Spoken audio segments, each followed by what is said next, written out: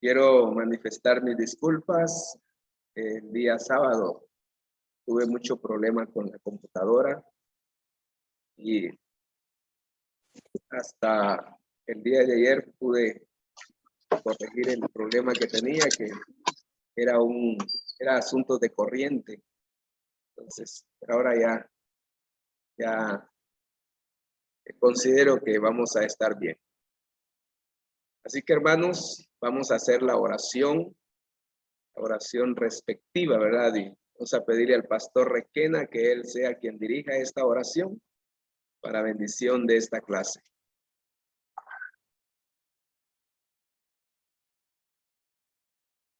Dios le bendiga, hermano. Amén. Buenas noches a todos. Dios les bendiga. Vamos a orar. Padre que estás en los cielos, Gloria a Dios. en esta hora te damos las gracias porque nos permites estar, Señor, en esta clase. Oramos, Señor, para que tu Espíritu Santo, tu gracia y tu misericordia nos ilumine, Señor. Padre, bendice a nuestro hermano catedrático y también a todos los que ya estamos conectados. En el nombre poderoso de Jesús te lo pedimos en esta preciosa noche. Amén. Amén, amén. Gloria a Dios. Muy bien, hermanos.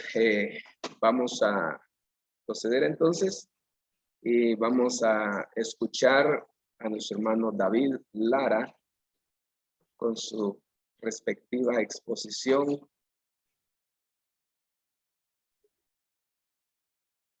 Dios le bendiga, hermano pastor, Amén. y Dios bendiga a cada uno de mis hermanos en este momento. Yo tengo mi presentación, pero no sé si se puede compartir. Si no, lo hago así. Hermano José, le tiene que dar el host al hermano. O le pone co-host también, o le puede dar acceso.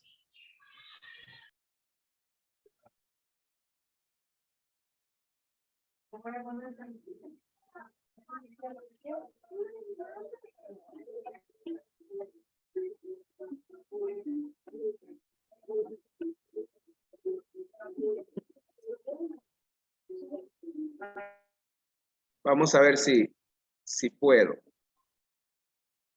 Aquí dice make co-host. Sí, ese es. Dele clic ahí, make co-host. Ah, ya. Pruebe ahí, hermano. Voy intentando, no, el anfitrión. Todavía no, hermano. Ahí lo que dice solo make host y ahí lo que dice make co-host. Ese dele al make co-host. Dele clic ahí. Ah, le doy yes. Pruebe ahora, hermano. Listo, hermano. Aquí aprendemos todos un poquito. No sé cómo, si se logra ver. Claro, Sí. claro que sí. Muy bien. Hermano pastor José Miguel, en su momento yo le hice la consulta sobre qué carta podía utilizar, pero también entiendo que en ese momento estaba un poquito mal de salud, ¿va? Entonces yo decidí la primera epístola del apóstol Juan. Entonces, Está bien, no hay problema, hermano. excelente. Entonces, vamos a compartir un momento con ustedes, mis amados hermanos. Estuve leyendo, investigando sobre la primera carta o epístola de Juan, y luego hice un resumen, y de ese resumen hice otro resumen para poder agregarlo en la diapositiva y que no sea demasiado extenso. Entonces, de ahí algunas partes estaré compartiendo literalmente para no perder la idea que quiero compartir. Entonces, una de las situaciones que estuve viendo es que la epístola de primera de Juan tiene bastante similitud entre el evangelio de Juan. Hay varias evidencias que concluyen que el autor de esta epístola fue Juan el apóstol. En cuanto al uso de palabras como verdad, luz y expresiones como en la luz y nacido de Dios, en primera de Juan, revela las semejanzas significativas en estructura, estilo y vocabulario con el evangelio de Juan. También es significativo que el anonimato de Juan sea tan evidente en sus epístolas como el evangelio. Juan nunca usa su autoridad como apóstol, sino que comienza su primera epístola prácticamente de la misma manera que comenzó el evangelio de Juan.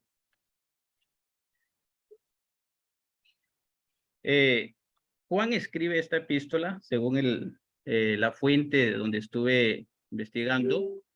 Juan escribe esta epístola a creyentes, específicamente a los que eran miembros de la iglesia en Asia Menor. Como la carta trata de temas morales tan amplios, queda claro que el objetivo de Juan era ofrecer orientación para los cristianos que enfrentaban nuevos desafíos o que se enfrentaban a nuevos desafíos para su fe. En esa época ocurrió el surgimiento de varios grupos cuyas enseñanzas se oponían al cristianismo. Y esto no solo lo vimos en esta carta, sino que en el estudio de las otras cartas también podíamos notar ese surgimiento de grupos que se levantaban en contra de la doctrina de la iglesia. Estas personas se infiltraban en la iglesia y el asunto era que muchos de los que eran cristianos estaban cediendo a la negación de los fundamentos esenciales del cristianismo, por ejemplo, la divinidad y la resurrección de Cristo. Entonces, a medida que crecía la oposición a la fe de los creyentes, Juan los animó a continuar andando en comunión con Cristo, de modo que no fueran atraídos a las falsas creencias. En la epístola de Juan se divide fácilmente en 4 partes principales. La número 1, o en primer lugar, Juan procura advertir a los creyentes acerca de la indiferencia a la inmoralidad y el pecado, que eso lo encontramos en los primeros capítulos. También él los reprende acerca de un amor por las cosas del mundo en oposición a un amor por las cosas de Cristo. Él empieza a hablarles de esa manera. Y una tercera sección trata de la importancia de exhibir un amor puro y justo, especialmente con respecto a un hermano o hermana en Cristo. Y el punto 4, Juan revela una fe verdadera en Cristo como el Hijo de Dios, que es el fundamento sobre el cual se basa todo el cristianismo. Entonces, en cuanto al estudio e investigación que estaba haciendo de esta carta, se puede notar estos puntos principales de Juan. En el capítulo 1, pues encontramos la palabra de vida y como algunos subtítulos tiene la Biblia, y sobre Dios es luz. Quise indagar un poquito más sobre algunos versículos, en este caso en el capítulo 2, sobre el tema Dios es luz. Y según lo que investigaba en estos pasajes, se describe la naturaleza y relación que la humanidad tiene con el Señor.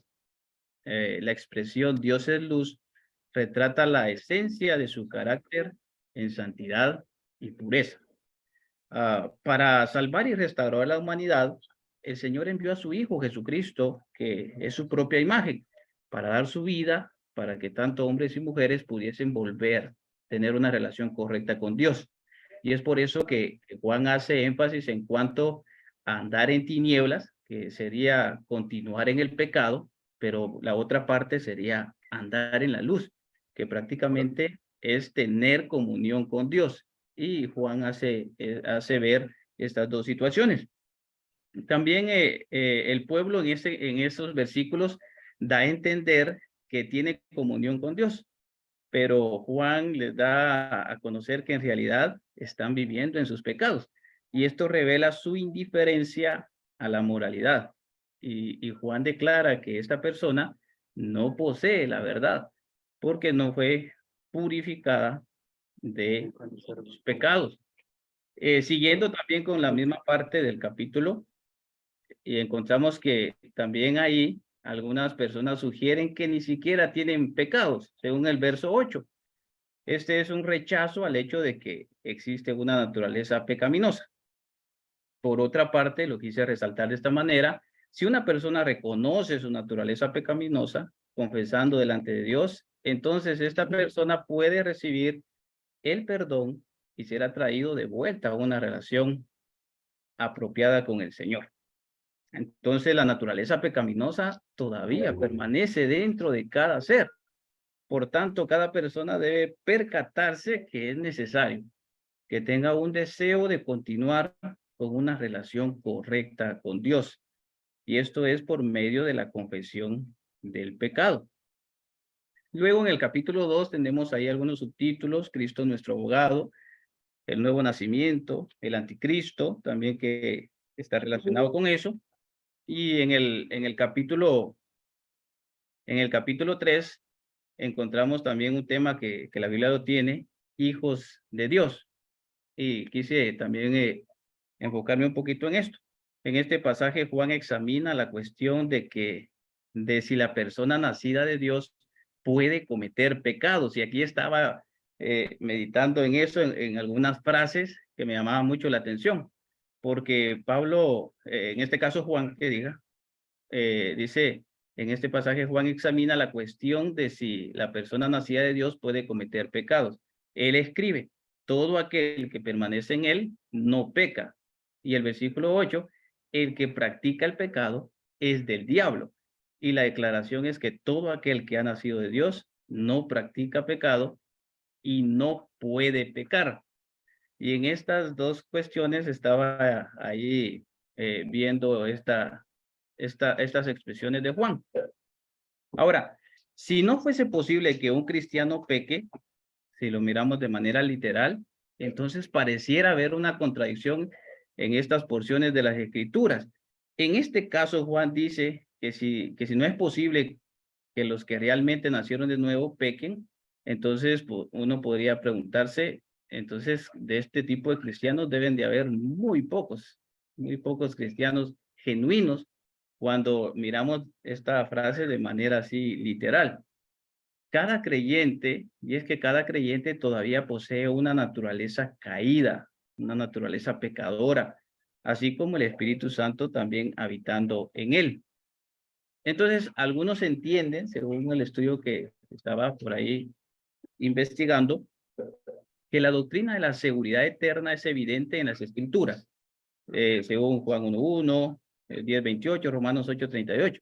De acuerdo con esta doctrina, aunque el creyente pueda errar y hasta caer en el pecado, hay una gran esperanza para él, para que su salvación eterna no sea afectada.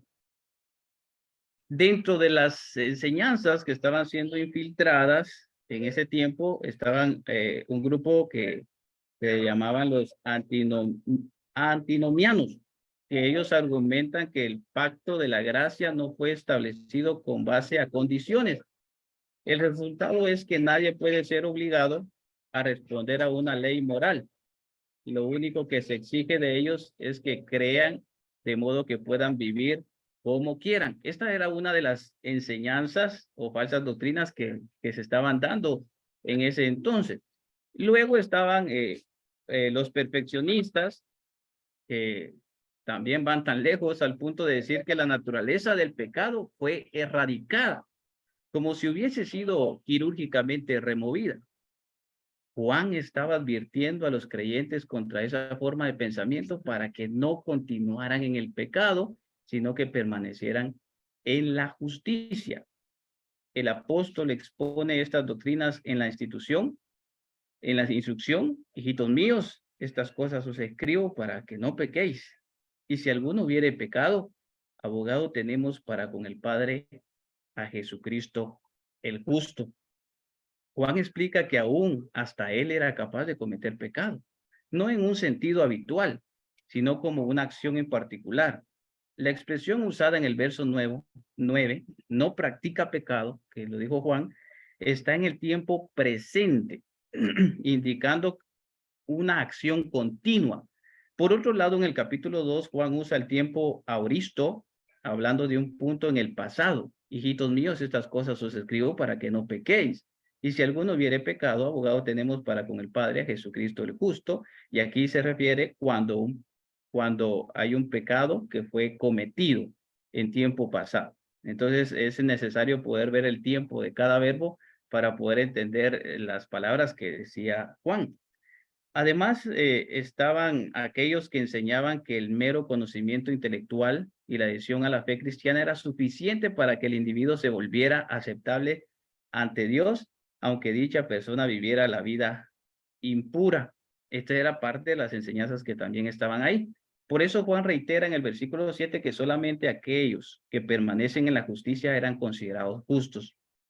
Ahora, la idea de Juan sobre cometer el pecado de manera permanente y habitual se explica también en tercera de Juan 11, donde él dice, el que hace lo bueno es de Dios, pero el que hace lo malo no ha visto a Dios. Hay dos sustantivos en el participio de este versículo que significa aquel que hace el bien, que es una persona benevolente, y refiere a aquel que hace el mal, que practica perversidad, una persona malvada. Este es el mismo empleo que vemos en 1 Juan 3:7. El que hace justicia es justo. Juan no sugiere que el mero hacer el bien volvería a alguien justo. Por ejemplo, un artesano es una persona que adquirió una habilidad y trabaja en este ramo como su vocación y profesión. Entonces, por consiguiente, algunas traducciones de 1 Juan 3:8 debería ser el que practica el pecado de manera habitual. Aún la expresión no puede pecar. Dice ahí presente en algunas versiones bíblicas simplemente significa que el creyente fiel no puede pecar habitualmente, deliberadamente, fácilmente y maliciosamente, según en base a la expresión que dijo Juan, que un cristiano no peca, pero ahí se está refiriendo a que no peca de manera deliberada y de manera maliciosa. Entonces, Juan no ignora la existencia de la naturaleza pecaminosa del creyente, que existe un mortal en un mundo corrupto. Por tanto, Juan declara en 1 Juan 1:8, si decimos que no tenemos pecado, nos engañamos a nosotros mismos y la verdad no está en nosotros. A estos versículos fue que quise darle un poquito de mayor estudio por la frase ahí de que un cristiano fiel no peca, pero que se está refiriendo a no pecar habitualmente, o sea, no tener el hábito de pecar, sino que muchas veces podemos fallarle al Señor, pero no de manera habitual. Y luego está el capítulo 4, el Espíritu de Dios, el Espíritu del Anticristo, Dios es amor, el capítulo 5, la fe que vence al mundo, el testimonio del Espíritu y el conocimiento de la vida eterna. Así es que esto ha sido un resumen, hermano pastor, de lo que quise presentar con ustedes. Amén. Gracias, hermano. No sé si hay alguna pregunta, alguna duda que haya surgido durante la exposición de nuestro hermano Oscar. Yo creo que hay tiempo para que puedan exteriorizar alguna pregunta a los hermanos.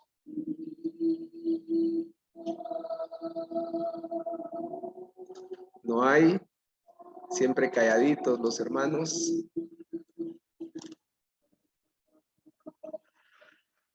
Muy bien. Si no lo hay, entonces vamos a continuar. Los hermanos, nos hace favor de cerrar la presentación para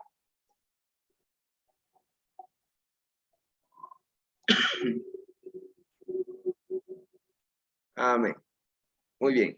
Gracias, hermano Oscar. Y muy bonita interesante la presentación. Así que hablar de las cartas, pues, como dice alguien por ahí, hay mucha tela que cortar, ¿verdad? Y uno de los mayores problemas que estaba enfrentando la iglesia era el tema de las herejías en relación a la naturaleza de nuestro Señor Jesucristo. Y el apóstol Juan, pues, es uno de los que, digamos, combaten fuertemente este tipo de herejías. Por eso, él hace referencia a que aquellos que negaban la humanidad de Jesús eran anticristos, ¿verdad? El hermano habló del tema de los gnósticos, ¿verdad? Que también tenían ese concepto. De hecho, el gnosticismo es una filosofía que habla acerca de que el cuerpo, pues, no es, digamos, o que el cuerpo es malo y por eso Dios no podía habitar en un cuerpo tal, ¿verdad? Y hay mucho que decir al respecto, pero ya nuestro hermano, pues, nos ha expuesto al respecto y luego, pues, vamos a poder ampliar algunas cositas más. Amén. Bien, vamos entonces. ¿Quién más nos hace falta? Nuestro hermano Enmer Quiñones, ¿está por ahí? Dios le bendiga, hermano. Sí, por aquí estoy, solo que tengo problemas ahí de, como ven, la camarita no quiere funcionar. Ajá.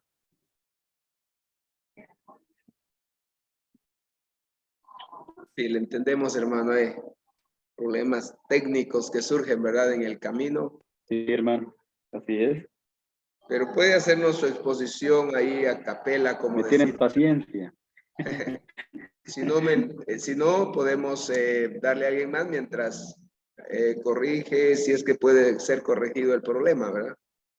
Yo diría que mejor si me acepta así, hermano, le agradecería mucho, porque ya estuve tratando de corregir y no fue posible, fíjese. Ya. Bueno, entonces, no hay problema. Cuéntenos, Gracias, mi ¿qué hermano. carta fue la que? Judas. Muy bien.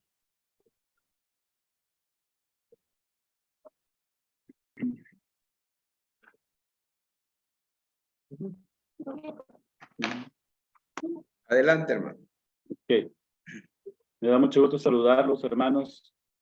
Que Dios bendiga. Bienvenido nuestro hermano maestro, hermano José Miguel Ramos. Dios bendiga sus vidas y a todos los compañeros estudiantes que estamos aquí. Gracias al Señor con ese deseo de seguir aprendiendo de la palabra del Señor. Cada día, pues, debe ser siempre eso. Es nuestro anhelo, ¿verdad? Y nos preparando, ir aprendiendo cada día más, ya que creo que el aprendizaje nunca se termina. Siempre hay algo cada día que aprender. De hecho, eso es lo más importante de la palabra de Dios, que podemos leer un pasaje y lo volvemos a leer y seguimos sentidos que Dios nos habla a través de su palabra. La palabra de Dios, como dice la misma, pues es viva, es eficaz. Me corresponde hacer una pequeña exposición sobre lo que es la episal de San Judas, apóstol, según lo describe ahí Biblia. Bueno, como podemos notar, realmente esta epístola tiene unas pocas letras, únicamente consta de 25 versículos. Y en cuanto a los orígenes de la epístola, dice que fue escrita por Judas, se le atribuye a Judas, el medio hermano de Jesús, pues comparte con el Señor Jesús y con Santiago y tiene un mismo estilo de expresión. Consideramos en varias de las epístolas que, según los estudiosos, pues se le atribuye a alguien, aunque a veces no aparece el nombre directamente del autor en algunos casos, pero por su estilo, digamos, de escritura, de expresión, se deduce, ¿no?, que fue alguien que ya escribió tal vez otro libro, otra carta, quien también fue de otra. Entonces, En este caso se considera que Judas, el medio hermano de Jesús, fue quien la redactó. Es la penúltima epístola del Nuevo Testamento, ya únicamente viene que el Apocalipsis, como el último libro de acá del Nuevo Testamento y en sí de la Biblia. En ese tiempo que se escribió esta epístola, habían falsas enseñanzas por doquier. Según podemos notar, creo que Judas hubiese querido tal vez abordar un tema distinto, un tema tal vez más llamativo, que pudiera despertar un poquito más la atención de los oyentes. Sin embargo, igual que nosotros, ¿verdad? Como predicadores, y estaba analizando esta parte de que desde el punto de vista de la homilética, se nos recomienda siempre que cuando disertemos un sermón, consideremos el tipo de oyentes que vamos a tener, la audiencia que vamos a tener. Entonces, considero que de esa forma, aunque Judas hubiese querido escribir otro tipo, digamos, abordar otro tipo de temas, pues, viendo la necesidad que había en cuanto a que había falsas enseñanzas por doquier, entonces le toca a él de manera, como quien dice, imperativa, hablar sobre las herejías que predominaban en aquel entonces. En cuanto a su paternidad, existe evidencia externa, a pesar de su brevedad, incluso más atestiguable, aún que la segunda epístola del apóstol Pedro. Y es evidente, o en cuanto a su evidencia interna, decimos que Judas tuvo una relación muy cercana con Jesús. No creyó en Jesús, aún así dice que no creyó en Jesús hasta después de la resurrección. En cuanto a la fecha de que fue escrita la epístola, es muy probable, siempre manejamos esos datos, ¿verdad?, de probabilidad en cuanto a fechas de que fueron escritas algunas cartas, algunos libros de la Biblia. En este caso, la probabilidad es entre el año 67 y el año 80 después de Cristo. El tema que aborda Judas en esta epístola es la apostasía. Y quise derivar, por ejemplo, que quise primero verificar en cuanto al apóstata. Y dice que apóstata es una persona que profesa ser un verdadero creyente, pero en realidad nunca ha sido regenerado. Es un pecado que conduce a la muerte. Judas Iscariote era un discípulo que viajó años, fue tesorero, pero luego traicionó a Jesús.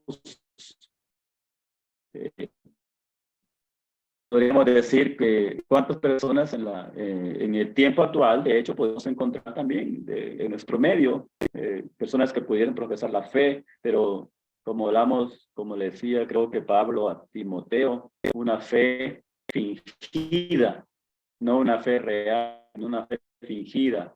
En otros términos, apantallando, ¿no? Ser algo, no siendo nada. En ese tiempo de que Judas escribió esta epístola, la iglesia estaba siendo infiltrada, dice, por traidores religiosos. Hombres que se presentaban como siervos, pero que la realidad era otra. Mientras estaba haciendo este resumen que les doy a conocer en este momento, a pensar de tantos casos, ¿no?, que se dan en nuestro medio, en nuestras congregaciones locales, en nuestra iglesia, en cualquier ámbito, sea ese tipo de situaciones. No, la iglesia no es nada ajena a este tipo de casos. Judas, al escribir esta epístola, designa a los creyentes como los llamados y santificados en Dios Padre y guardados para Jesucristo. Qué bonito, ¿verdad?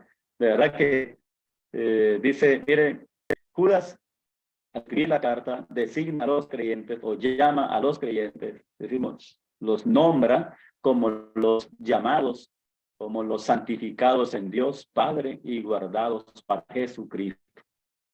Qué interesante. Interpretamos esto, siempre caemos en que Dios nos ha llamado, que Él nos ha santificado y que nos ha guardado y nos sigue guardando. Nosotros realmente debemos ardientemente por la fe y creo que debemos de ser, hasta en este tiempo en el que vivimos, defensores de la fe. Creo que le llamamos apologético, si no recuerdo muy bien ese término, pero es defender la fe, porque en este tiempo en el que vivimos, realmente yo me he dedicado a dar algunas situaciones tratar de ser bien claro con la iglesia, porque es necesario en medio de tantas cosas que se dan en la actualidad, que nuestros hermanos, que nosotros tengamos bien definido, bien clarito dónde estamos. Nosotros, dice, ardientemente contendemos por la fe. Algún maestro pretende añadir algo que va más allá de las escrituras. Realmente lo que debemos de hacer es rechazar sin más. ¿Por qué? Porque la Biblia es nuestra única regla de fe.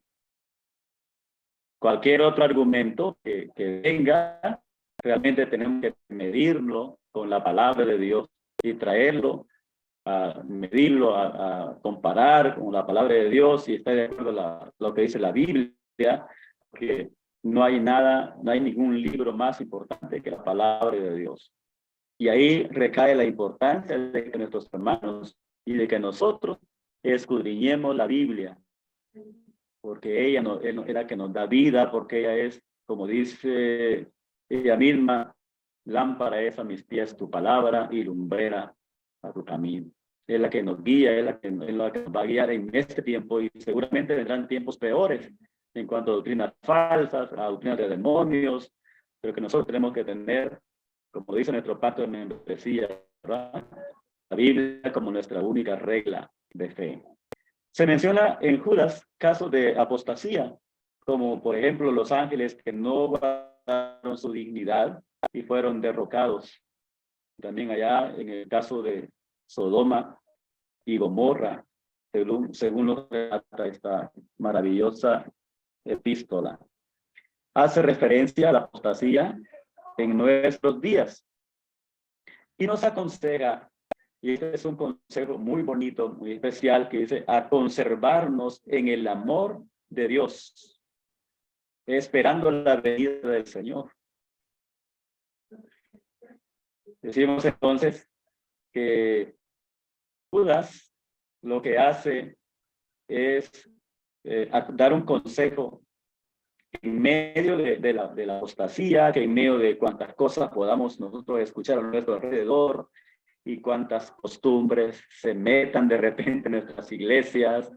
Nosotros realmente lo que tenemos que hacer es conservarnos en el amor de Dios, esperando la venida del Señor. Y nos reta también, porque este es un reto, a convencer, si hubiese alguno que dudare entre nosotros, y salvar a otros, predicando y dejando claro que la gloria es para Dios. Entonces, recapitulando esta parte, Judas habla de las falsas doctrinas, de los falsos maestros. Luego nos amonesta y nos exhorta. Y por último, cierra de una manera súper especial la redacción de esta epístola, porque dice: y a aquel que es poderoso para guardarnos, miren qué bonito, sin caída, guardarnos sin caída, y presentarnos sin mancha delante de su gloria con gran alegría, al único y sabio Dios, nuestro Salvador, dice, sea gloria y majestad, imperio y potencia, ahora, y no solo ahora, sino por todos los siglos. Amén. Esta ha sido pequeña exposición, mi hermano, a manera de un agregado y una experiencia muy personal. Realmente, quizás no me haya detenido a analizar así versículo por versículo de esta maravillosa epístola, pero realmente tiene un contenido impresionante, como que va directamente, sin tanto redondeo, a lo que quiere decir. Y me ha sido de mucha bendición poder estudiar esta carta. Bendiciones, hermano. Amén. Gracias, hermano. Seguimos con la inquietud. Si alguien quiere compartir algo, preguntar algo, puede hacerlo con toda confianza. Y si no lo hay, pues continuamos entonces. Y al igual que el apóstol Pedro, también la intención de Judas es contrarrestar, ¿verdad? Todas esas herejías que estaban proliferando a causa de los falsos maestros que en un tiempo fueron parte de la iglesia, pero luego se salieron, luego se dejaron llevar por sus propios sueños, ¿verdad? Entre comillas. Sin embargo, podemos ver, ¿verdad?, que el propósito que tiene Judas es prácticamente alertar a la comunidad cristiana del peligro de esos falsos maestros, así como lo había hecho el apóstol Pedro. Y estos supuestos líderes que transgiversan, ¿verdad?, la verdad y que están llamados prácticamente, ¿verdad?, a recibir prácticamente el juicio de Dios. Y a través de esa carta vemos cómo el escritor, ¿verdad?, los describe como nubes sin agua, ¿verdad?, y personas que definitivamente pues no tienen el Espíritu de Dios. Y la última referencia que hace pensar que los falsos maestros se presentan a sí mismos como aquellos que sí poseían el Espíritu, ¿verdad? Se ve ahí. También es posible que hayan sido precursores de esa famosa herejía del gnosticismo que surgió más con fuerza en el segundo siglo. Y cuando decimos precursores, pues prácticamente ellos iniciaron con esos conceptos errados en cuanto a la naturaleza y persona de nuestro Señor Jesucristo. Estaba viendo ahí que algunas de las enseñanzas que los gnósticos y que los docetas estaban enseñando durante esa época.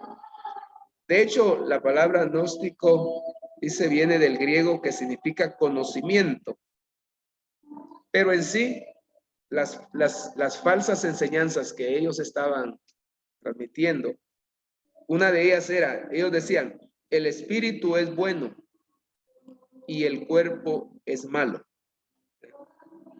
Otra de las cosas que ellos decían es, la salvación viene por el conocimiento secreto, no por el evangelio. Una tercera dice, los enemigos del evangelio negaron la humanidad de Jesucristo de dos maneras. El primero fue el docetismo, que decía que Jesús solamente parecía tener un cuerpo. Entonces la palabra docetismo viene del griego dokeo, que significa algo que se parece. Entonces ellos decían, Jesucristo tuvo algo parecido a un cuerpo. Y el punto 4 dice, el cuerpo debe ser tratado con dureza, puesto que es malo. Y en ese contexto, hubieron docetas que durante la historia del cristianismo, ellos lastimaban su cuerpo, ¿verdad? Hubo un famoso doceta que se conoció como Simón, creo, Estilita. Y este monje dice que estuvo más de 30 años sobre una columna. Imagínense, no se bañaba, no se rasuraba, Entonces, ya usted se puede imaginar el aspecto de aquel hombre que lo hacía en honor o en aras a la santidad, ¿verdad? También decía, pecar con el cuerpo no es malo, puesto que solo el espíritu importa, ¿verdad? O sea que estos conceptos, ¿verdad?, heréticos, tanto del gnosticismo como del docetismo, ¿verdad?, estuvieron proliferando. Y tanto Pedro, Judas y Juan, los escritores, ¿verdad?, de estas epístolas, contrarrestan. Bien, tenemos ahí a nuestro hermano Ronald Sánchez. Diga, hermano Ronald. Hermano, Dios les bendiga. Como a mí me falta exponer todavía, hermano, pero en lo que fui a traer agua, no sé si me había mencionado que me tocaba, y ahorita que regresé, pues, pero levanté la mano para preguntarle, o Ya se pasó el tiempo, dice el hermano que no. ya no se puede. Ya pasó su turno, hermano, hoy hasta el próximo curso. No, todavía no lo hemos llamado al estrado, pero Oh, ya, ya le va a tocar, ya le va a va, tocar. me avisa entonces. Bueno, gracias, hermano. Así que respire tranquilo, que todavía está en stand-by. Muy bien. De acuerdo. Bien, entonces, hermanos, vamos a continuar. Creo que el pastor Requena. Y de una vez, prepárese, hermano Ronald, después de hermano pastor Requena.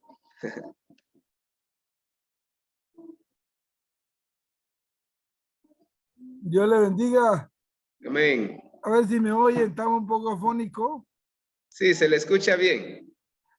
Mi cámara pues está oscura, yo la tengo prendida, pues está oscura, mano. No tenga pena. Yo creo que yo me quedé sin palabras porque usted ya expuso todo lo que yo quería exponer. Ay, no es cierto. Porque me tocó la carta de Judas, igual Bien. que al pastor anterior. Y entonces, pues, ¿qué puedo decir yo? Lo mismo que dijo el hermano.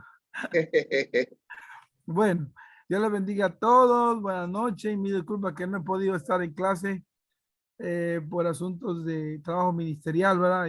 Y otros atrasos. Pero aquí estamos. Y ánimos, ya se me bajaron los puntos, ¿vaya? ¿Qué le puedo hacer?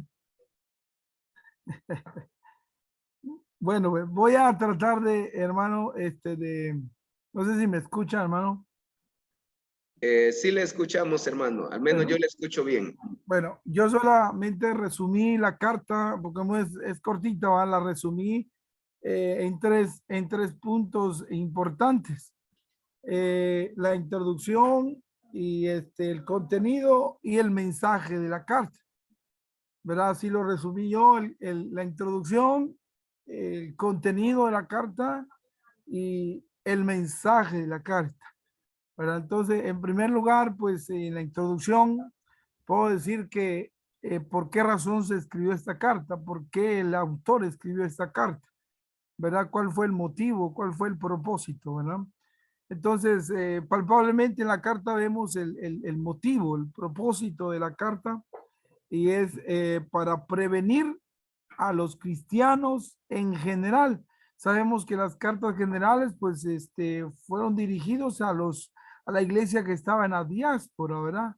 En la expansión, los que se esparcieron por otros lugares. Entonces, fue dirigida la carta a esos cristianos que en general, pues en general. Entonces, ¿quiénes? Contra los falsos maestros. O sea que el escritor, el autor, el propósito era prevenir a los cristianos en general, prevenirlos de estos falsos maestros, ¿verdad? De estos falsos maestros y, y de sus falsas enseñanzas. Entonces, otra de las cosas que encontré es que la carta de Judas es parecida a la segunda epístola de Pedro.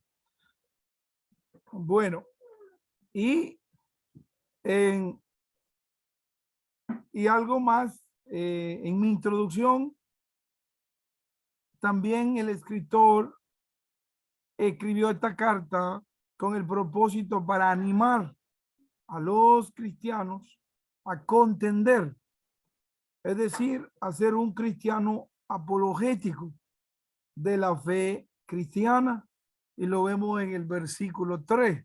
No sé si puedo leer el versículo 3. Claro que sí.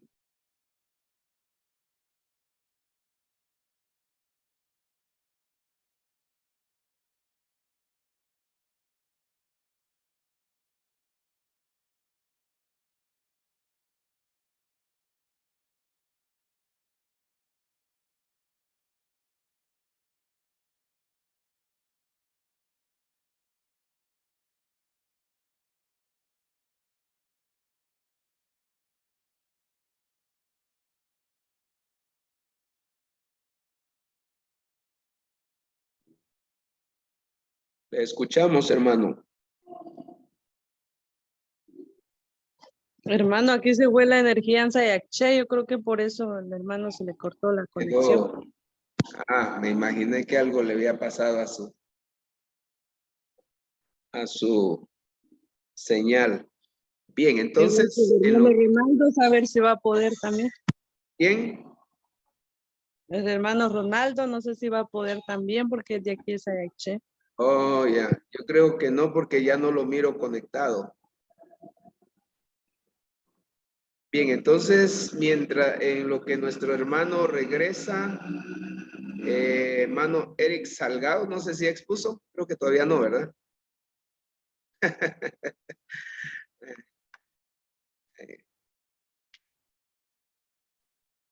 No, pastor, todavía no. Aquí estamos, sudando la gota gorda. Pues ahí tranquilo, hermano.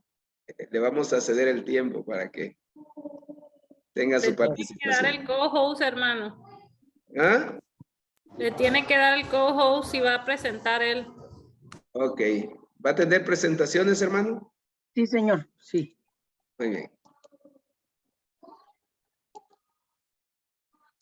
Ok, listo. Ok. Ya aprendí. Tenemos una buena maestra ahí.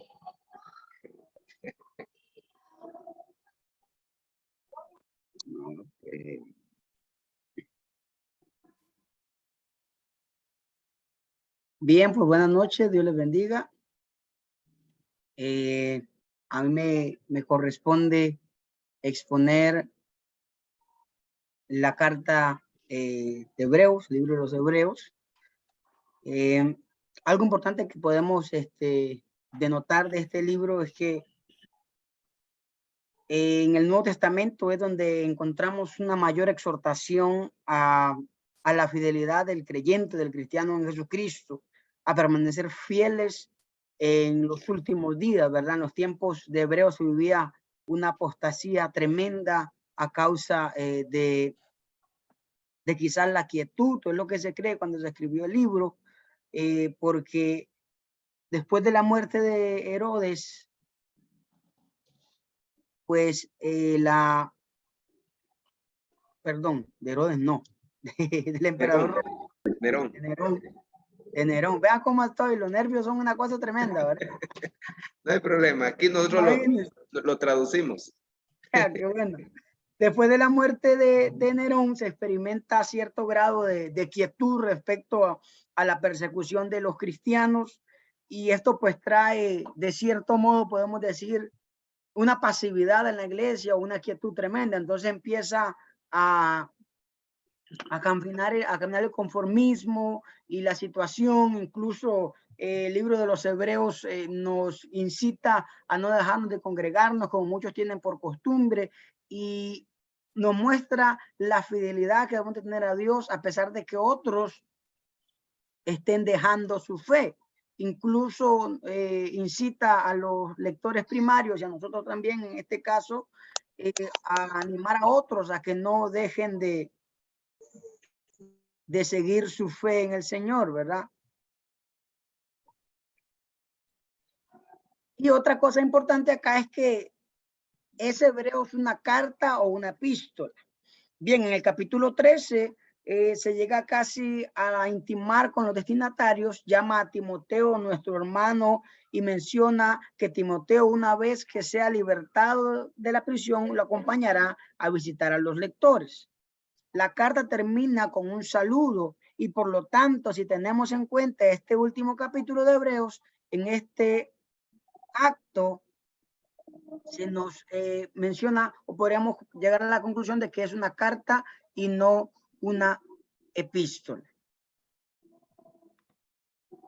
Ok, sería una epístola pastoral o doctrinal. Importante acá esto ver que Hebreos es una epístola pastoral o una epístola doctrinal. Finalmente podemos constatar que es ambas cosas. Sin embargo, admitimos que en el resumen final, el propósito del escritor de Hebreos es el transmitir una exhortación pastoral a los destinatarios. Él refuerza sus amonestaciones con doctrinas acerca de la superioridad de Cristo, del sacerdocio, del pacto y de la fe. Bien, el libro de Hebreos inicia exaltando a la persona de Jesucristo, colocándolo en una posición de autoridad y supremacía sobre Moisés, que era el profeta más grande que tenían o tienen los judíos hasta el día de hoy. Incluso lo eleva ante el sacerdocio levítico. Se cree que el escritor de Hebreos se atreve a hablar acerca del sacerdocio porque ya para este tiempo había caído o ya había dejado de existir concretamente el sacerdocio levítico como lo conocíamos, pues el templo había sido ya destruido por los romanos y los judíos exiliados de Jerusalén, que inclusive los romanos cambian el nombre de la ciudad y prohíben a los judíos repoblar esto. Entonces, por eso el escritor se atreve, no porque Cristo no fuese sido mayor que cualquiera de los sacerdotes existentes para el momento, ¿verdad? Sino que ya no iba a ser tan ofensivo o tan perjudicial para que fuera percibido por los lectores de origen hebreo judío, el poner a Jesús como incluso mayor que el sacerdote Melquisedec, que es lo que nos dice los primeros capítulos de Hebreo, ubicando a Jesús por sobre todas las autoridades eclesiásticas que ellos podían haber tenido y sobre toda su liturgia que practicaban hasta el momento, colocando a Jesús no en un tabernáculo terrenal, sino ejerciendo el sacerdocio en el tabernáculo por excelencia. Dice que el que está Jesús a la diestra del Padre. Entonces, tenemos ahí, y la segunda parte del libro termina con exhortaciones pastorales. Esto iniciaría del capítulo 10 en adelante, pero se toma todos los otros capítulos para entronar a Jesucristo como la autoridad máxima para la iglesia en este momento, dando a entender que siendo Cristo tan grande y nuestra salvación tan grande, tan predominante, ¿cómo podían entonces ellos echarse para atrás y apostatar de la fe como muchos lo estaban haciendo en su momento? Ok, aquí viene algo bastante controversial. Investigando, pues uno se da cuenta de cosas tremendas, ¿verdad? Quiero externar algo importante para mí en el estudio de esta carta, es que jamás había visto el libro de Hebreos desde la perspectiva que me llevó a verlo, el estudiar esto. Imagínense que en mi desconocimiento, yo quería asumir que el escritor quizás hubiese sido Lucas, o inclusive en varios textos de discipulado se dice que el autor es desconocido, pero se atribuye al apóstol Pablo. Y aquí vamos a repasar algunos de los posibles escritores que fueron catalogados, pero este texto que tengo acá es bastante importante. Cuando se le preguntó quién era el escritor de Hebreos, el teólogo del tercer siglo, Orígenes dijo, en cuanto a quién escribió la epístola, lo cierto es que solo Dios lo sabe. Y eso sucedió en el año 225 después de Cristo. Así que si los eruditos del amanecer del cristianismo no sabían quién pudo haber escrito Hebreos, nosotros seguramente no podremos elevarnos por sobre ellos, ¿verdad? Cronológicamente, pues ellos estaban más cerca del acontecimiento, ¿verdad? Quizás oralmente hubiesen podido conocer quién era el escritor, ya que él no se da a conocer en el mismo escrito. Y pues nosotros seríamos, acá en Costa Rica se dice, estaríamos bateando o estipulando, para que usted me entienda un poquito más. Sería un batazo, la sacaríamos del estadio.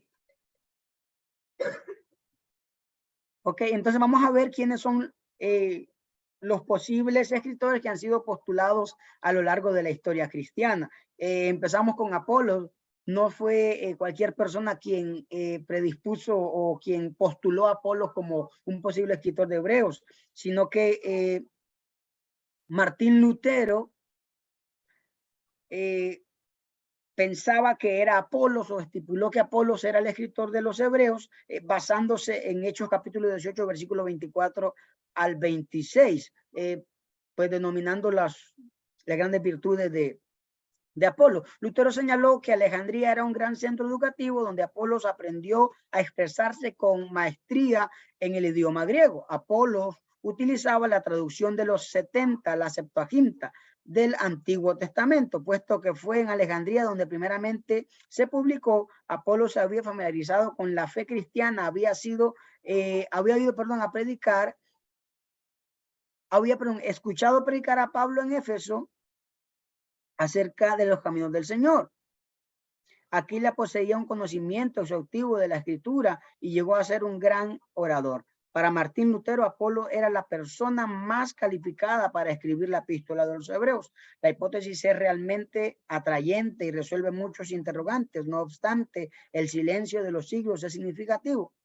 Uno espera que Clemente de Alejandría, que vivió allá por los años 200 después de Cristo, dijese algo al respecto, pero él omite el nombre de Apolo. En lugar de ello, Clemente le atribuye la escritura de Hebreos al apóstol Pablo.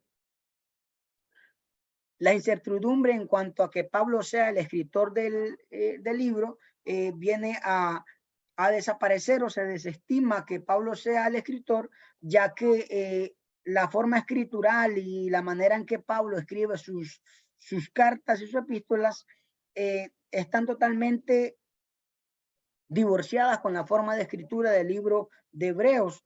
Entonces no se evidencia que el apóstol Pablo, o no hay similitudes entre la forma de escribir del apóstol con respecto a quien escribió el libro de Hebreos. Además, algo muy importante es que el escritor de Hebreos en el capítulo 2, versículo 3, el escritor se autoincluye ahí y dice que perseveren en lo que han recibido de los que escucharon la palabra directamente de Jesús. Y el apóstol Pablo, en varias de sus cartas, él más bien defiende que él estuvo con Cristo y escuchó de Cristo. Entonces ahí encontramos una evidencia concreta en la misma carta que nos muestra que el apóstol Pablo definitivamente no fue el escritor de Hebreos. Otro postulado fue Bernabé, por su gran trabajo en la iglesia, en el libro de los Hechos, capítulo 36 al 37. Tertuliano es quien postula a Bernabé como escritor, pero la debilidad de esta posición estriba en que no se ha encontrado apoyo. Según la historia del canon, Tertuliano no ha ganado seguidores y su sugerencia ha sido vista como una curiosidad meramente. Y por último tenemos a Priscila, pero la misma carta de Hebreos, en el capítulo 11, versículo 32, el escritor utiliza un adjetivo calificativo masculino para referirse a sí mismo. Y pues todos acá creo que entendemos y sabemos que Priscila era una fémina. Ok, ¿cuál es el mensaje de Hebreos para ir cerrando? El escritor de Hebreos apela a sus lectores por medio de las citas del pasajes familiares del Antiguo Testamento. Presumiblemente estos pasajes habían sido memorizados por los lectores y cuando ellos oían la lectura de la epístola a los hebreos en un servicio religioso podían relacionar su contenido con lo que sabían.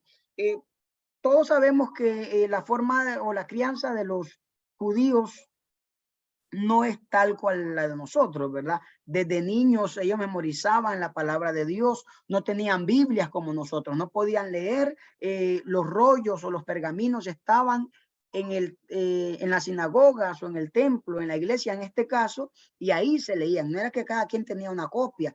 Entonces, estratégicamente, el escritor de Hebreos toma versículos del Antiguo Testamento, incluyendo el Cántico Mosaico, que la mayoría de personas de su época manejaban o memorizaban. Entonces, al escuchar la lectura de la carta a los hebreos, ellos recibían ese anzuelo o era captada su atención porque estaban recordándole pasajes que ellos ya conocían.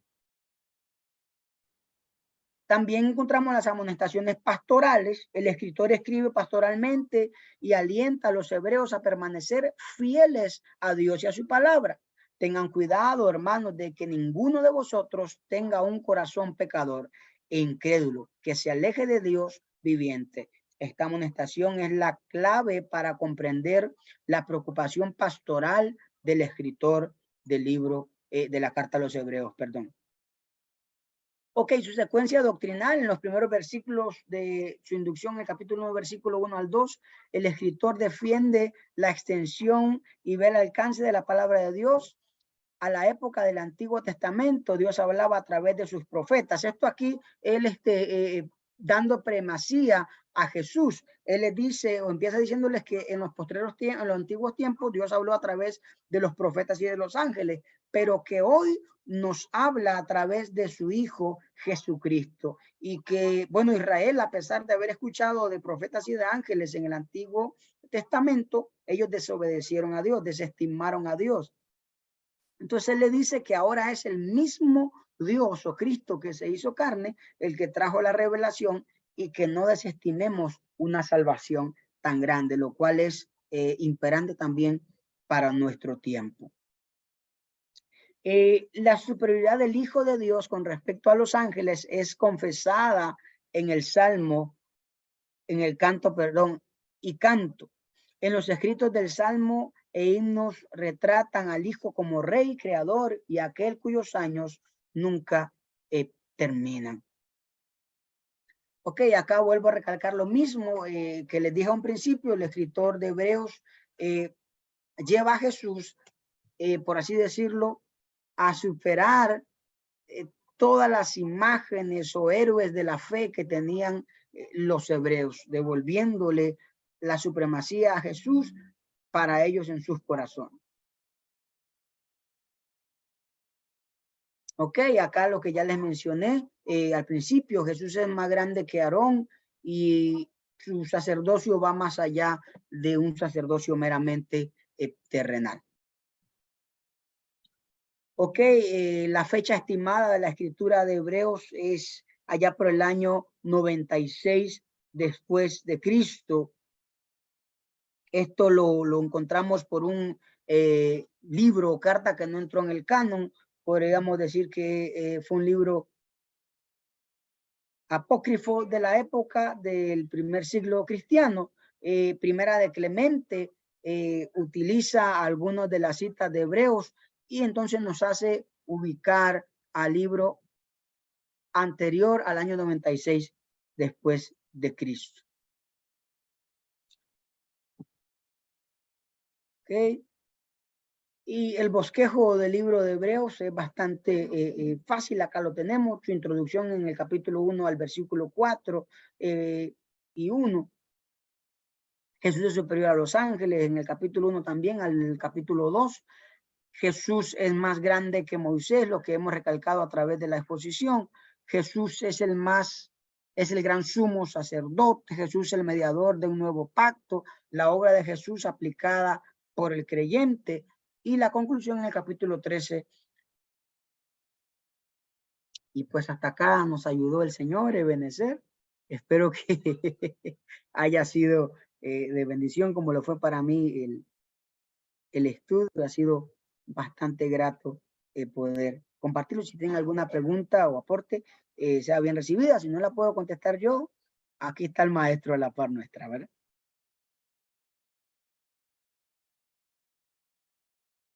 Muy bien, hermano. Muy bien, ahí hemos escuchado, ¿verdad? La exposición de nuestro hermano Eric desde Costa Rica para el mundo. Gloria a Dios. Así que si hay alguna duda, alguna inquietud acerca de la exposición que nuestro hermano ha hecho, están en la libertad de poder hacerlo. Pregunta la una, pregunta las dos, no hay ninguna mano levantada, entonces continuamos. Vamos a ver quién tenemos pendiente. Creo que nuestra hermana Dulce Ramírez. Amén, que el Señor les bendiga. Amén. Ahorita voy a compartir.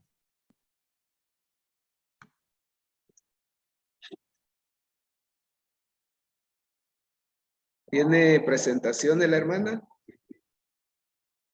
Sí, hermano, ahorita lo voy a compartir. Ahorita le comparto para que ya puede.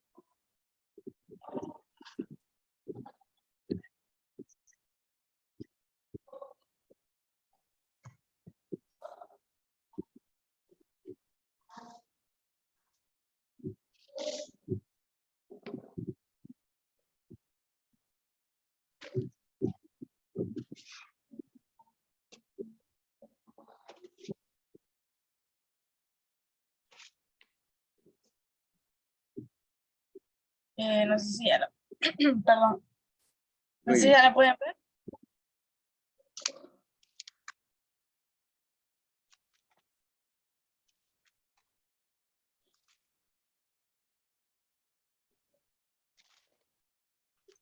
Amén. Que el Señor les bendiga. Mi nombre es Dulce Ramírez y pues se me ha asignado la tercera epístola de Juan. Y vamos a comenzar hablando un poco sobre el autor. ¿Quién escribió esta epístola? Aunque no se menciona explícitamente el nombre del autor, existen similitudes en estilo y en temática relacionadas con el Evangelio de Juan y las otras dos epístolas anteriores a Tercera Juan, que sugieren que fueron escritas por el mismo autor. Pero ¿pudieron haber existido diferentes autores? Las similitudes estilísticas y temáticas, como bien dije, entre las epístolas de Juan y el Evangelio de Juan han llevado a los estudiosos a inferir que fueron escritas por el mismo autor o al menos por alguien tan cercano a Juan que copió la tradición y el mismo pensamiento de Juan. El lugar y fecha. La epístola no proporciona información específica sobre el lugar y la fecha donde fue escrita. Sin embargo, se puede hacer algunas inferencias basadas en el contenido y el contexto histórico. En cuanto al lugar de la escritura, algunos estudiosos sugieren que la epístola pudo haber sido escrita en Éfeso, puesto que existe una conexión entre las epístolas de Juan, que se cree que fue escrita desde esa región. Además, el apóstol Juan es tradicionalmente asociado con la comunidad en Éfeso. En cuanto a la fecha, la tercera epístola de Juan probablemente fue escrita a finales del primer siglo, aunque la fecha exacta es incierta. Algunos estudiosos sugieren que pudo haber sido escrita alrededor del año 90 después de Cristo, mientras que otros proponen fechas anteriores o posteriores siempre dentro del rango del primer siglo. También es necesario tener en cuenta que la datación de los escritos del Nuevo Testamento puede ser un objeto de debate y diferentes diferentes estudiosos pueden tener opiniones ligeramente diferentes sobre el lugar y la fecha exacta de escritura de la tercera epístola de Juan. Pero ¿a quién fue escrita? Los destinatarios, en tanto la primera carta como la segunda, están dirigidas a la dama elegida y a sus hijos, según 2 de Juan 1:1. o a la señora elegida y sus hijos en 1 Juan 1:1. Aunque la identidad exacta de esta mentada dama es incierta, es probable que se refiera a la comunidad cristiana específica como una alegoría. En cuanto al contenido, la tercera epístola de Juan se centra en varios temas. Por ejemplo, el primero, el elogio y el apoyo a Gayo.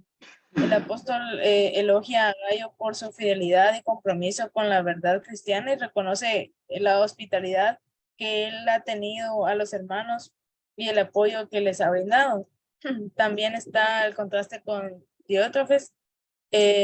Juan menciona a un personaje llamado Diótrefes, quien parece tener una influencia negativa en la comunidad. Él se rehusaba a recibir a los hermanos y expulsaba a aquellos que los recibían. Advierte a Gayo sobre este comportamiento y lo anima a no seguir el ejemplo. Por otra parte, también la recomendación de Demetrio. Juan menciona a un hombre llamado Demetrio, quien ha sido un testigo de la verdad y goza de un buen testimonio. Y también insta a Gayo a recibir a Demetrio y brindarle su apoyo. Finalmente, el cierre del saludo, la epístola concluye con un cierre breve en el cual Juan expresa su deseo de encontrarse con Gayo en persona y envía saludos a los otros creyentes y termina con una bendición. En cuanto al carácter, la tercera epístola de Juan se caracteriza por ser una carta personal y privada escrita por el apóstol. A diferencia de las epístolas de Juan en de la primera epístola y la segunda epístola de Juan, que están dirigidas a comunidades más amplias, esta carta está dirigida a un solo individuo específico llamado Gayo. Es un testimonio de la relación personal entre el autor y el destinatario. Estas similitudes entre las similitudes con la primera epístola y la segunda, están incluidas el uso del lenguaje y el estilo. Las epístolas de Juan comparten ciertos rasgos lingüísticos y estilísticos con el Evangelio de Juan. El uso de imágenes simbólicas y metáforas, así como un vocabulario distintivo que se puede encontrar en ambos escritos. Así también las enseñanzas teológicas. Las epístolas de Juan comparten enseñanzas teológicas claves con el Evangelio. Por ejemplo, la afirmación de la divinidad de Jesucristo, la importancia del amor fraternal y la relación entre el amor a Dios y la obediencia a sus mandamientos, los cuales son temas muy comunes en ambas obras. Y finalmente, el contexto histórico y comunitario. Las epístolas de Juan están escritas dentro de un contexto histórico comunitario muy similar a las que se puede ver en el Evangelio de Juan. Ambos escritos reflejan la situación de las comunidades cristianas en el primer siglo y abordan los desafíos y las cuestiones teológicas que enfrentan. Regresando al contenido, en el versículo 2, Juan llama a Gayo como amado y le dice: yo deseo que seas prosperado en todas las cosas y que tengas salud así como prospera tu alma. Este deseo puede ser interpretado como un ruego a Dios para que prospere su alma y para que prospere en todas las cosas como prospera su alma.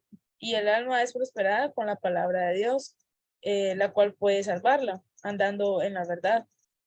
Este deseo involucra prosperidad en todas las magnitudes, pero al mismo tiempo sin que esta prosperidad atara el alma de Gayo o que fuera tentado sobre esta prosperidad.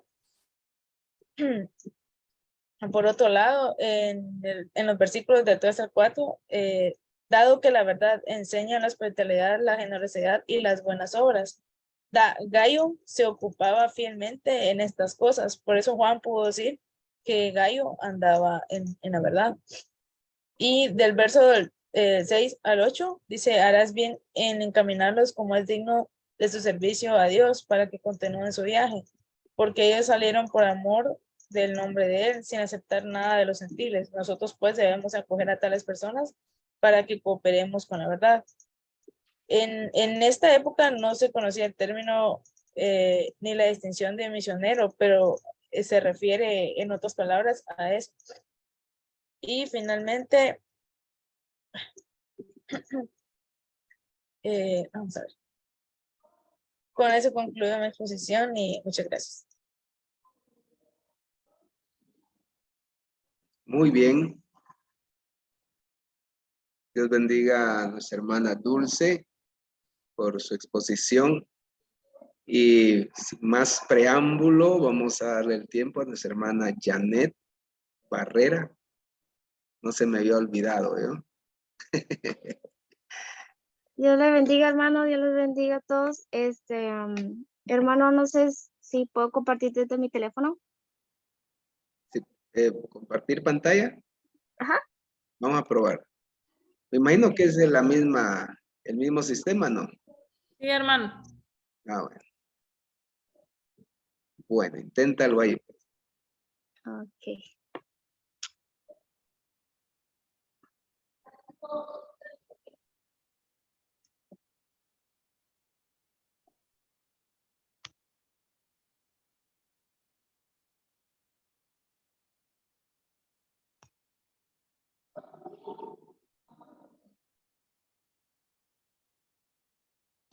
Ay.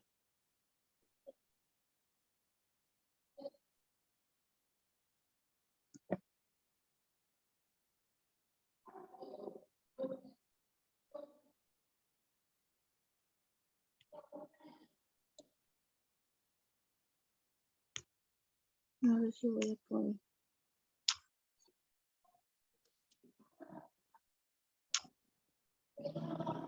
No sé si voy a poder, hermano. Ahí va.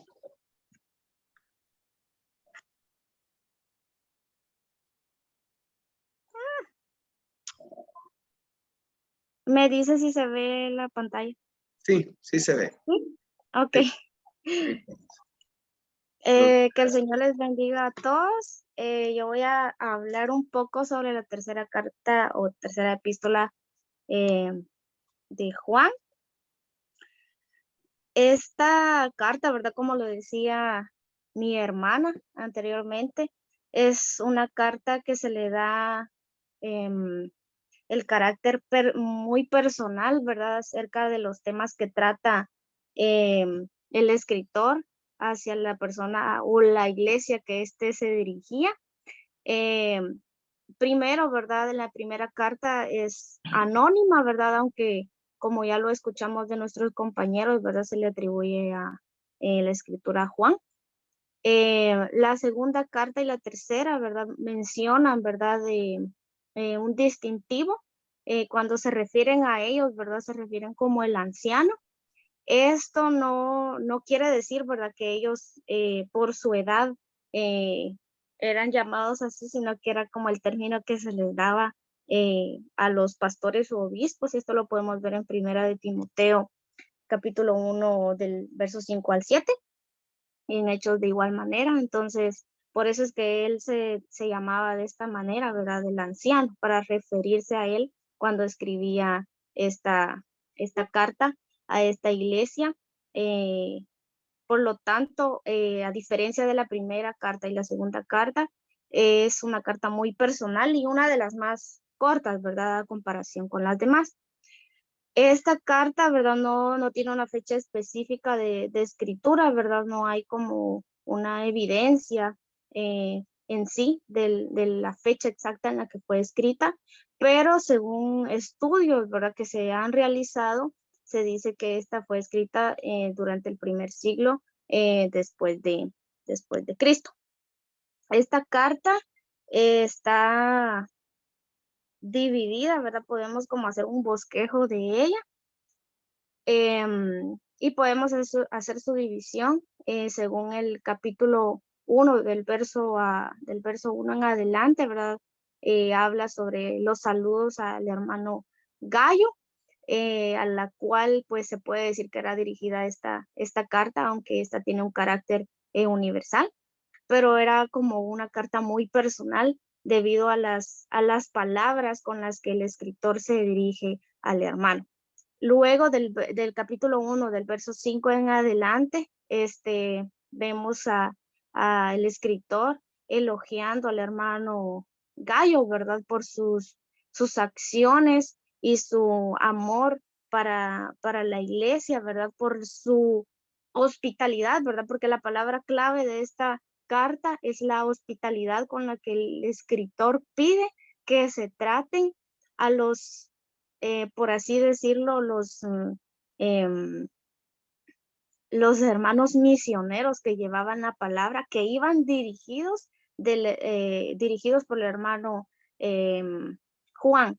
Luego tenemos del versículo 9 en adelante, ¿verdad? Que el hermano habla sobre Diótrefes, quien era, por así decirlo, alguien que estaba haciendo, ¿verdad? Las cosas bien, que estaba guardando la escritura y que, ay, perdón, lo confundí con Demetrio, que este Diótrefes estaba como, por así decirlo, estaba como rehusándose a recibir a las personas, a los misioneros, y prácticamente tenía como una actitud muy, muy particular de un ateo. Entonces estaba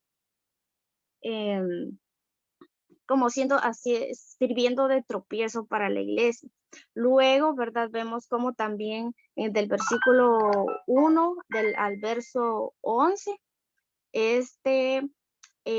¿verdad? Da como exalta, ¿verdad? En pocas palabras, a Demetrio por su buen testimonio y, ¿verdad? Porque él estaba guardando, en pocas palabras, el evangelio de Jesucristo. Y ¿verdad? Aparte de felicitar y de elogiar a Gallo, también es como una carta también muy personal dirigida a Demetrio por sus acciones, ¿verdad? En la iglesia creciente. Luego, ¿verdad? En el verso 13 en adelante, ¿verdad? Da sus palabras finales de despedida en esta carta. El propósito de esta carta es, ¿verdad? Es solicitar la hospitalidad a los mensajeros de la palabra del Señor, ¿verdad? Pero también como que en los versos anteriores habla sobre el cuidado que se debe de tener al recibir a las personas que llevan el mensaje, porque no todos llevan un mensaje verdadero. Entonces él les dice como recíbanlos a los que aún no conocen, pero recíbanlos con hospitalidad, y también hay que como reflexionar sobre el mensaje que estos nos traen.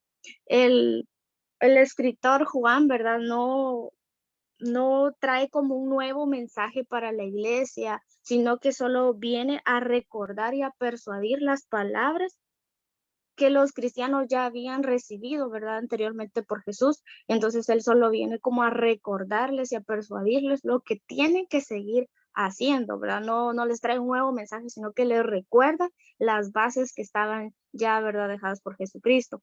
Y también para que recordaran que el amor entre los demás también era como muy, muy importante, ¿verdad? Entonces, no sé si se me queda algo, se me pasa algo por alto, pero si alguien tiene alguna pregunta, pues yo con la ayuda de nuestro Señor Jesucristo y nuestro hermano lo puedo solucionar. Esta ha sido mi exposición, amada hermana, y el tiempo es todo suyo. No sé cómo dejar compartir pantalla. Muy bien. Vamos a esperar No sé que cómo dejar. volver a... Ahí estamos. Muy bien, excelente. Bien, gracias a Dios por todas las participaciones que hemos escuchado durante este tiempo. Y yo creo que el estar escuchando eso nos ayuda a que nuestro conocimiento, porque todo lo que ustedes han expuesto, pues nos permite a nosotros refrescar, ¿verdad? Y poder, más que llenar nuestra cabeza, ¿verdad? De conocimiento, pues ser retados a través de este grupo o este sí, de este grupo de cartas, conocidas como cartas generales, a fortalecernos aún más en el Señor, porque la verdad es que nosotros no estamos exentos de muchas de las cosas que sucedieron, ¿verdad? En la antigüedad, debido a que el día de hoy hay muchas personas también que se oponen a la Biblia, ¿verdad? A las normas bíblicas, y amenazan, ¿verdad?, el propósito que nosotros tenemos de mantenernos firmes en la fe del Señor. Hoy más que nunca se está levantando esos movimientos en contra de y el problema sigue siendo el mismo, en contra de la naturaleza salvadora de Jesucristo, ¿verdad? En cuanto a la divinidad de Jesucristo. Les mencionaba en unos días anteriores acerca de esos movimientos que hay, que se conocen como diálogos interreligiosos, y donde están atentando, bueno, nosotros pues mantenemos firme nuestra fe, nuestra confianza, nuestra creencia, como dijo el apóstol Pablo, sabemos en quién hemos creído, ¿verdad? Sin embargo, todo este tipo de movimientos tratan de desestabilizar la fe de muchos. Entonces, podemos aprender, ¿verdad?, a través de estas cartas y retomar las palabras de los que escribieron, siendo inspirados por el Espíritu Santo, para mantenernos nosotros también firmes y, como decía alguien, ¿verdad?, hacía uso del término ser un apologista, ¿verdad?, de la verdad, defender la verdad del Evangelio. Entonces, somos retados a todo eso. Bien, entonces yo creo que hasta ahí hemos llegado. Nos quedó pendiente nuestro hermano Requena, pues él se quedó a medio camino, y hermano Ronald, que vamos a pedirle que haga un video y lo suba al grupo, ¿verdad? Y así es como lo vamos a poder escuchar, para asignarle también su respectiva nota de la exposición. En cuanto a la evaluación, como hay una evaluación, quisiera que pudiéramos hacer algo en relación a las cartas, a lo que hemos leído, a lo que hemos escuchado. Es sencilla, es hacer un ensayo, ¿verdad? Por lo menos vamos a tomar 3 cartas de las cartas generales, de las epístolas generales. Vamos a tomar 3. Y de esas 3 vamos a hacer un ensayo y le vamos a hacer una aplicación personal. Por ejemplo, ¿qué aprendí yo en este curso de las epístolas generales basadas, tome nota ahí, en la epístola de Santiago, la primera de Pedro y tercera de Juan? 3 cartas. En base a eso va a estar la evaluación. Y eso lo van a poder subir ustedes hasta, voy a hablar con el hermano, estamos a martes, hasta el día viernes.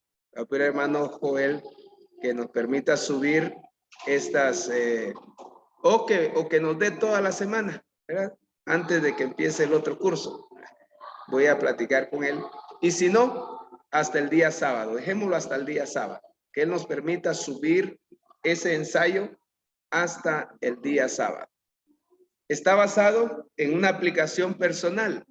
¿Qué mensaje me deja a mí la carta de Santiago, la carta de Pedro y la carta de tercera de Juan? Entonces, pongámosle un mínimo de palabras de 100 palabras. En 100 palabras usted va a decir qué mensaje le dejó cada una de estas cartas, ¿verdad? Pueden preguntar, hermano Eric. Sí, pastor, una consulta. Respecto a Pedro, ¿serían las dos cartas o a elección primera o segunda? Solo primera de Pedro. Ok, listo. Ajá. Las epístolas son Santiago, primera de Pedro y tercera de Juan. 3 cartas, para no hacerlo muy extenso, ¿verdad? Entonces, será un tipo de ensayo donde ustedes van a buscar una aplicación personal y expresar con sus palabras, siempre usando, ¿verdad?, conceptos de la carta, qué mensaje o qué enseñanza les pudo haber dejado durante este periodo de estudio del curso. Amén. ¿Alguna otra duda? Todos subieron ya por ejemplo, la primera tarea. Recuerde que las guías hay que subirlas también, ¿verdad? No sé si ya las subieron a la plataforma, ¿verdad?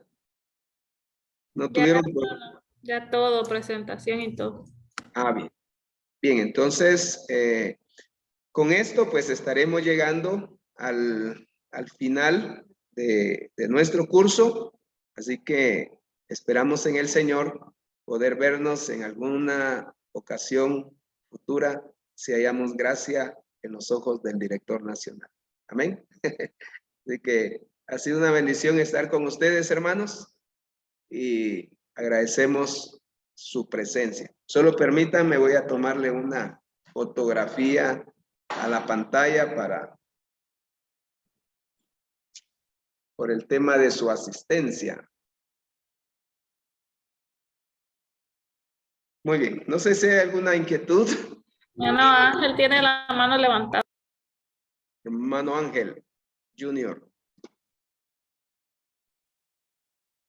Sí, Dios les bendiga. Sí, hermano. Fíjese, hermano Miguel, que yo envié para la presentación el link donde yo hice la presentación, porque yo lo hice en un programa que se llama Prezi y es en línea.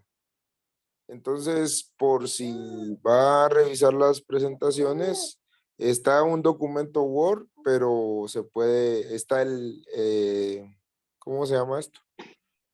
El link, El ¿verdad? enlace, Para que, o el link. el enlace, es correcto. Gracias, hermano. El enlace para que pueda verla en línea. ¿Ese lo subiste a la plataforma? No. Así es, así es. Ah, bueno, si está en la plataforma ahí podemos revisarlo. Y si no, pues se le pueden tomar algunas capturas si no son muchas las imágenes de la presentación y subirlo también. Podría ser. Pero si está ahí, vamos a revisar y yo ya mañana me encargo de hacer esa tarea. Muy bien, no sé si hay alguna otra inquietud.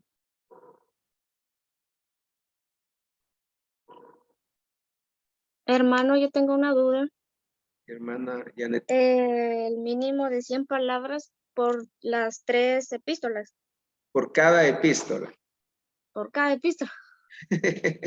Pero ya cuando usted empieza a contar palabras, se va a dar cuenta de que... Yo quería salir de dudas, hermano, no vaya a ser. No, no hay pena, para eso estamos, porque si no, después vienen los problemas. No, estamos para servirles. Muy bien, son 100 palabras por epístola. Muy bien, ¿alguna otra inquietud?